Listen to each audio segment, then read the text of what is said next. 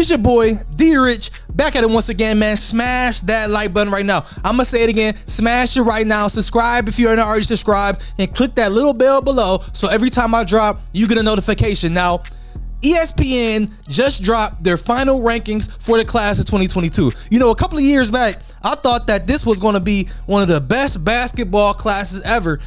And I want you guys to leave a comment. Do you think that it still will? Even though it's no Imani Bates, no Jalen Duren, no Shaedon Sharpe, do you still think that this class will pan out to be one of the best that we've seen in recent years? Because my feelings are kind of mixed about that. But ESPN just dropped the final rankings after the McDonald's All-American game, after the Geico Nationals, and after the Jordan Brand Classic. They dropped their final list. Now, let me congratulate all of these young men, because I know that it's very hard to make a list like this, but it's not the end all be all. And I want all these players who made this list to understand that just because you're a top 10 player, that don't mean you're a pro. A lot of players who make this list don't end up going to the league or even getting paid playing basketball. So it's still a lot of work to be done. Now, at the number 1 spot, Dereck Lively. With all due respect, after watching the All-American games, I don't feel like Dereck Lively should be the number 1 player in the country. He's still a good player, but I don't feel like he should be number 1. I feel like it should be Dariq Whitehead or Nick Smith. Now, Dariq Whitehead, leading a Montverde team to a championship. He put on a show in the McDonald's All-American game. He has a lot of upside. The only thing about Dariq Whitehead is that his shot is streaky. When he's knocking down the 3, he's damn near unstoppable, and it looks good. But when he missing a 3, damn it, it don't look too good. But he has a lot of upside, and I'm impressed by the leader that he's become and the way that his game is developing over the years. If you look back at an old video of Dariq Whitehead at the D-Rich TV camp, you would say, damn, he really came a long way when he stopped playing football and focused solely on basketball. Now, Nick Smith, the size, the way that he can play the 2 or the 1, the way that he can create his own shot, his ball handling, he might end up being the number 1 pick in next year's draft.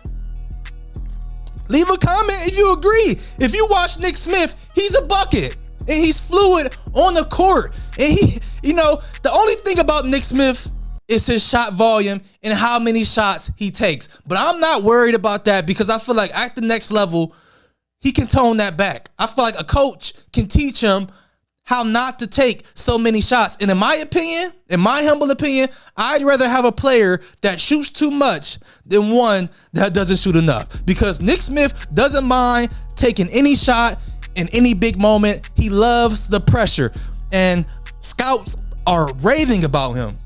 He had nothing but good reviews from the McDonald's All-American practices. Scouts love Nick Smith. Now, Dillian Mitchell, real bouncy, real bouncy. I don't know where his skill set is, so I'm not really going to talk too much about him. But from what I saw during the McDonald's All-American game and the practices, he's real bouncy. He's real bouncy and athletic. He's one of those players that brings a lot of energy to the court. Now, Marty Bailey, I know I made a video the other day about his mom might mess up his career, but let me tell you something, man. Let me be honest. Marty Bailey is a pro. He got a motor. You know, he got a lot of things going on for himself in LA, but he still has the same motor and hunger as if he's back home in Chicago, man. And he's very mature for his age when you watch an interview. And he can play any position that you need him to play. The 1, 2, or the 3, in my opinion. Now, I would like to see his jump shot become more consistent. I would like to see him become more of a consistent scorer. But as far as the energy that he brings to the court, it's undeniable. He's very versatile. And I think that next year at UCLA, you know, he'll show people that he can score the ball a little bit more than what he did this year. Now, Keyonte George, you guys know, is one of my favorite players in the class. Now, at the McDonald's All-American game, I'm not going to lie, he kind of looked like one of the smallest players on the court. They got him on here at 6'3", but when you watch him amongst them trees, he looks small on the court, and a lot of people are saying he plays too slow. But let me tell you something. Keyonte George is a bucket, and he's one of those players that plays at his own pace, and I love it. And I love it. And I feel like next year he's going to be at Baylor and do big things. People say they want to see him play quicker, but damn, quicker don't always mean better. I know some players that play slow. That's a bucket because they playing at their own pace. They don't get sped up by anybody. So I'm not too shy off of Keontae George. I'm still high on him. A lot of people say he's too small.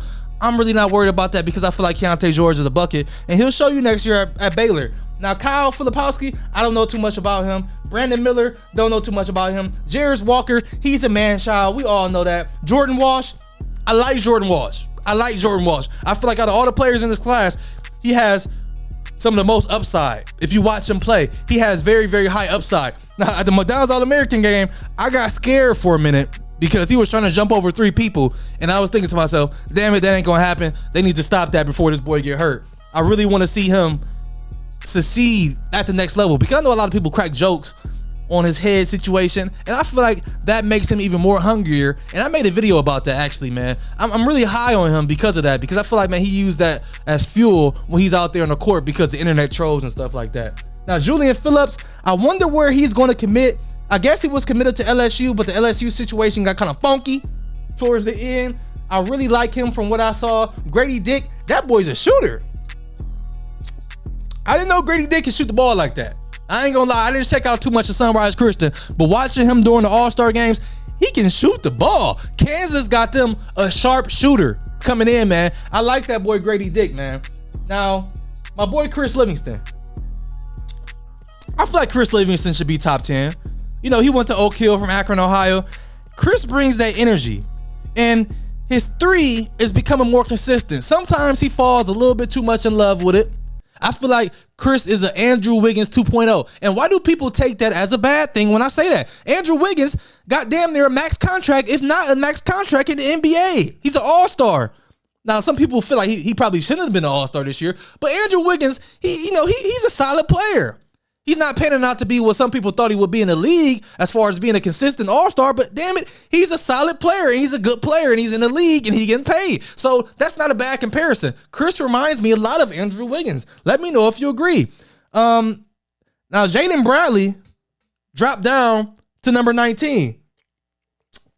He had a foot injury, so he wasn't able to play in the All-Star games. I don't even know if he dropped. Was he higher in the last rankings? I don't know, but he's at number 19. Cason Wallace, Juice Made Hoops told me that Cason Wallace is the real deal. So I believe Juice. And watching him in the Jordan Brand Classics, he showed a flash of that. And watching some of his high school basketball highlights back in Texas, which is one of the toughest states for high school basketball, he's showing a lot of promise to me.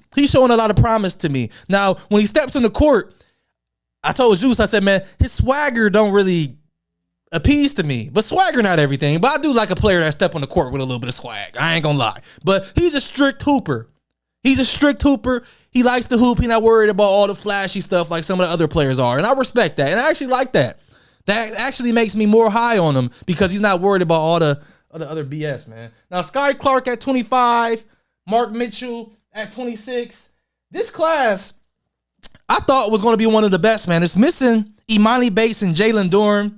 I felt like this class was going to be a class for the ages, and then Shaden Sharp started to come along, and then Jalen Durham and Imani Bates reclassed. I wanted to see those guys still be in these rankings. I'm not going to lie, to see where stuff, would finish out.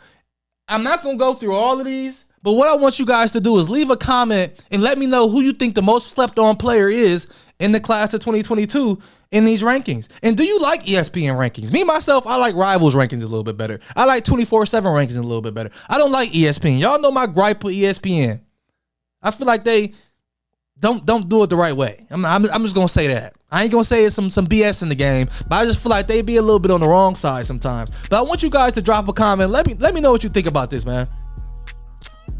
And if you guys like content like this, I know you guys like the reviews like this, like this, leave a comment, because whether you believe it or not, it really, really helps me catch the algorithm. And as you can see, I love doing stuff like this and talking about this. As I continue going down the list before I get off, is there any play? Hey, Jackson Kohler, his footwork is amazing. He's number 40 in the country. I feel like he could damn near be a pro with the footwork that he has. He got the best footwork in the country that I didn't see. Kajani Wright from Sierra Canyon, I'm not gonna lie, man, I wasn't that impressed with the Kajani Wright, man. I was wondering how he made the McDonald's All-American team. I'm not gonna lie, no disrespect. These players are all better than I ever was, but I was wondering that, man. Bruce Thornton, Ohio State. Ty Rogers, watch out for him. Roddy Gale, bucket, going to Ohio State. He's a bucket for sure. Doug McDaniel, I like him. Definitely for his size. He plays bigger than what he is, actually. Isaiah McNeely, he's a beast.